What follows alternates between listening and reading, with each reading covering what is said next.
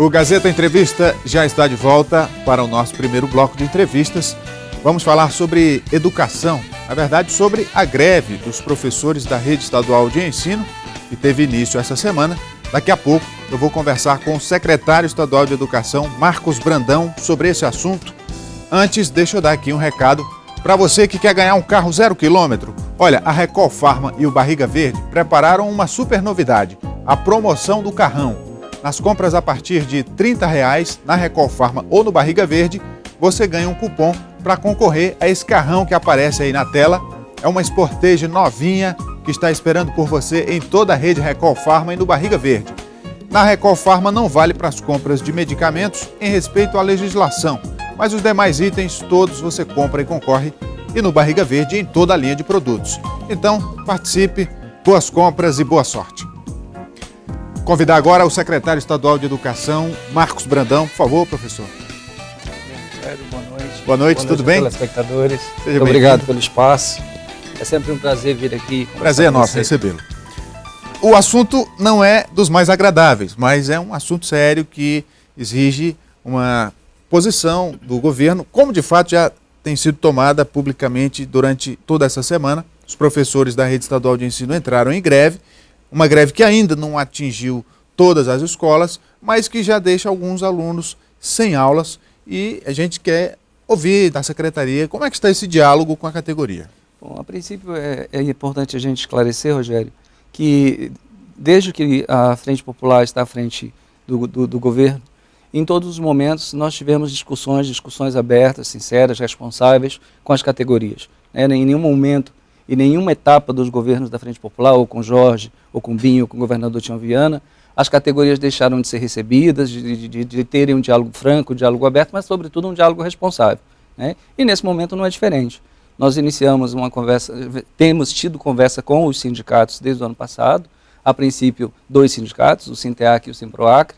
Agora está sendo criado mais um sindicato, que é o sindicato dos profissionais técnico-administrativos. Então a gente tem aberto esse diálogo para discutir as questões que são inerentes à educação como um todo, desde o plano estadual de educação, a lei de gestão, entre outros aspectos, e também para discutir as questões relativas à carreira. Lembrando que a estruturação de carreira dos profissionais da educação vem desse histórico que eu estou te falando aí.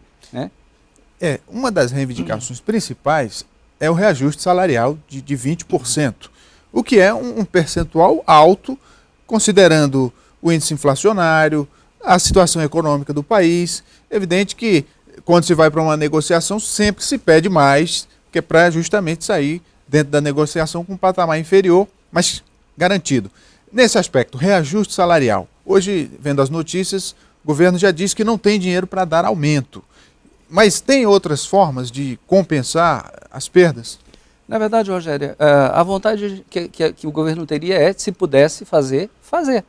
Mas as condições do país, as condições mundiais e as condições do Estado não permitem que a gente faça agora nenhuma movimentação alvoroçada e que se comprometa para além daquilo que as contas públicas suportam. Então, o que nós temos conversado com as categorias e com os sindicatos é que nós queremos sim dialogar.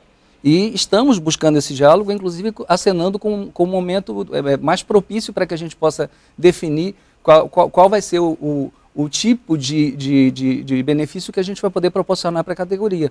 E a gente está contando isso a partir de setembro. Por que a gente está contando a partir de setembro? Porque nós temos todo um comportamento da economia brasileira e uma economia do Estado, e a gente tem um termômetro que nesse período é quando a gente tem maior garantia de estabilidade da economia e consegue fazer uma certa previsão do que pode acontecer nos anos posteriores. Assim tem sido desde 2011, por exemplo, quando foi concedido pelo governo 20% de reajuste, 10% em 2011, em 2012 mais 10%.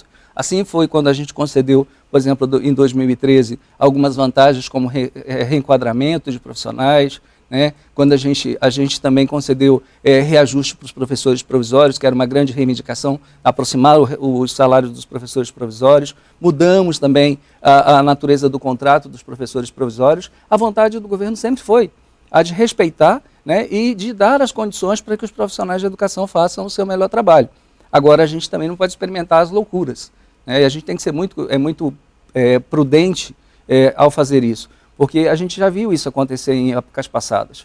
Os governos passados, antes da Frente Popular, nós tivemos um governador que previu um aumento salarial para a categoria, e a categoria depois ficou sem receber por vários meses porque não havia como pagar. Até setembro, então, quando vai ter essa possibilidade de se discutir questões relativas às finanças do Estado e um possível reajuste. Mas até lá, quais seriam os benefícios que a Secretaria poderia acenar?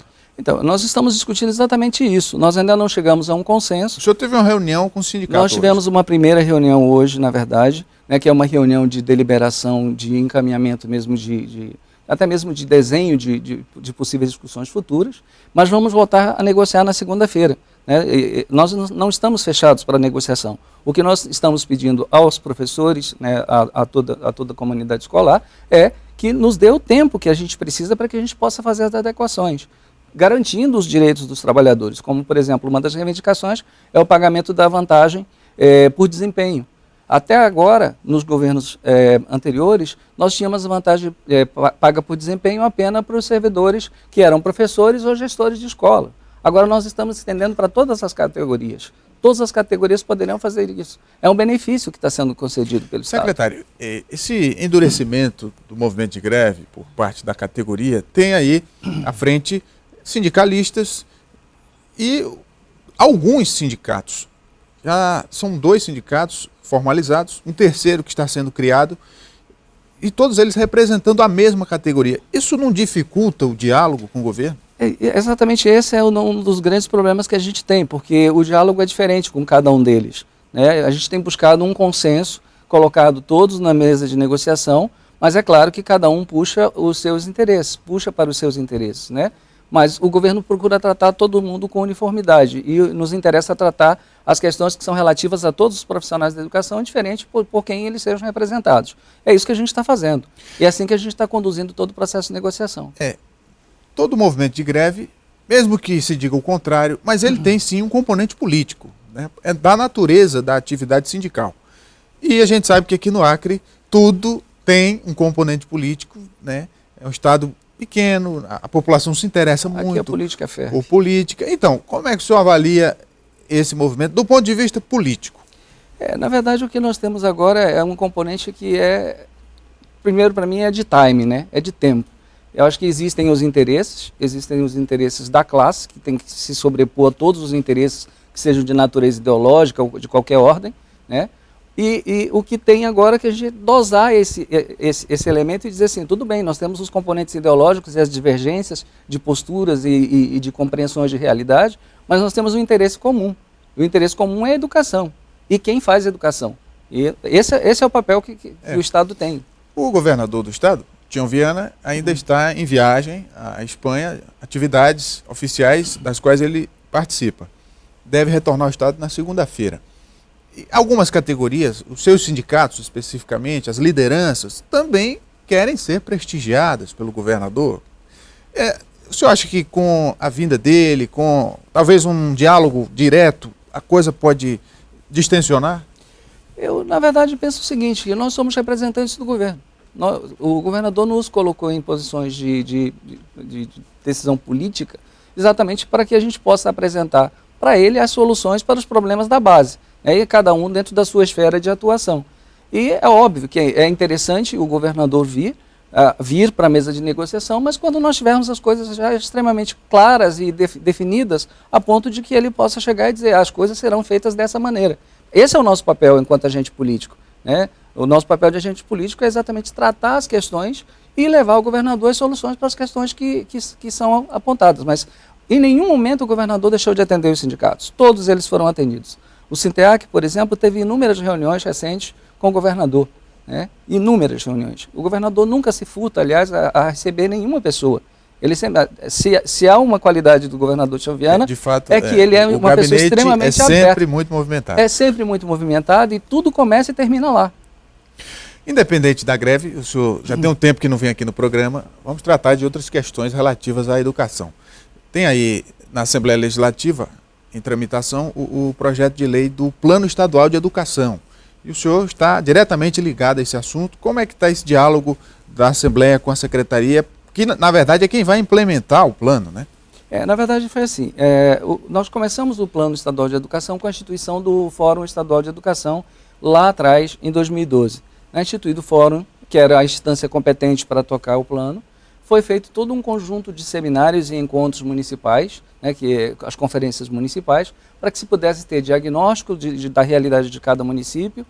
Depois foi feito um encontro regional aqui em Rio Branco, trazendo os representantes dos diferentes municípios, para que pudéssemos ter aí consolidado uma proposta, de projeto de lei que pudesse ser encaminhado para o governo, para o Poder Executivo, para o governador, e o governador do Poder Executivo entregar à Assembleia Legislativa para votação.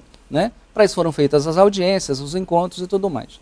E nós pactuamos com a Assembleia Legislativa o seguinte, de que, uma vez ouvida a comunidade, depois que o texto estivesse pronto e fosse aprovado no fórum, nós entregaríamos à Assembleia e a Assembleia voltaria de novo a fazer as audiências com a população para que ela pudesse dar a sua contribuição e aí as pessoas não terem como reclamar que elas não opinaram naquilo que foi proposto e que não é uma lei que foi empurrada goela abaixo, porque as coisas são feitas muito claras e de forma muito transparente. Tem um assunto que também entra nessa discussão, e que nos últimos dias tem sido muito debatido, que é inserir no currículo escolar o ensino religioso, ensino de orientação sexual, até mesmo de doutrinas políticas. Como é que o senhor vê isso? Na verdade, o que existe mesmo as pessoas querem encher os currículos de muitas coisas.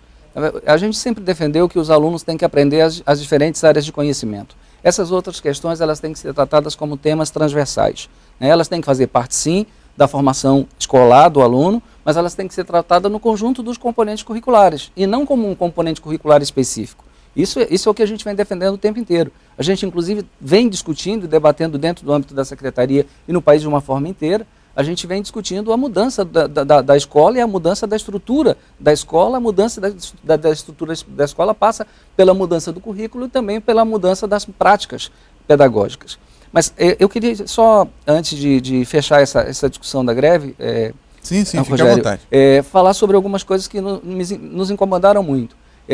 Algumas pessoas, agindo de muita má fé, elas têm falado sobre coisas que nos deixaram muito inquietos. Por exemplo, elas estão divulgando que o nosso ano letivo não vai cumprir 200 dias letivos, apesar da enchente. Nós fizemos uma reprogramação de calendário escolar de forma que nós pudéssemos cumprir esses 200 dias letivos. Outra boataria que está acontecendo também, as pessoas vieram me perguntar, se nós teríamos atrasos de salários. Nós trabalhamos o tempo inteiro, e por isso que nós estamos com muita responsabilidade, para que o atraso não aconteça de salário para ninguém. Seja professor do quadro, seja professor provisório, seja técnico administrativo, que o salário não aconteça atraso para ninguém, até porque é uma característica dos nossos governos, não atrasar salários. Isso é uma prática dos nossos governos e a gente não quer abandonar isso absolutamente nunca. Por isso que a gente não vai se arvorar em dar perspectiva de reajuste que a gente não pode cumprir, porque isso comprometeria a nossa própria credibilidade Sem dúvida. Junto à comunidade. Muito obrigado, secretário Marcos Brandão, secretário estadual de Educação, pela vinda aqui no Gazeta Entrevista. Obrigado você, Rogério. Boa noite aos telespectadores. O Gazeta Entrevista vai para o intervalo, a gente volta daqui a pouco. Não saia daí.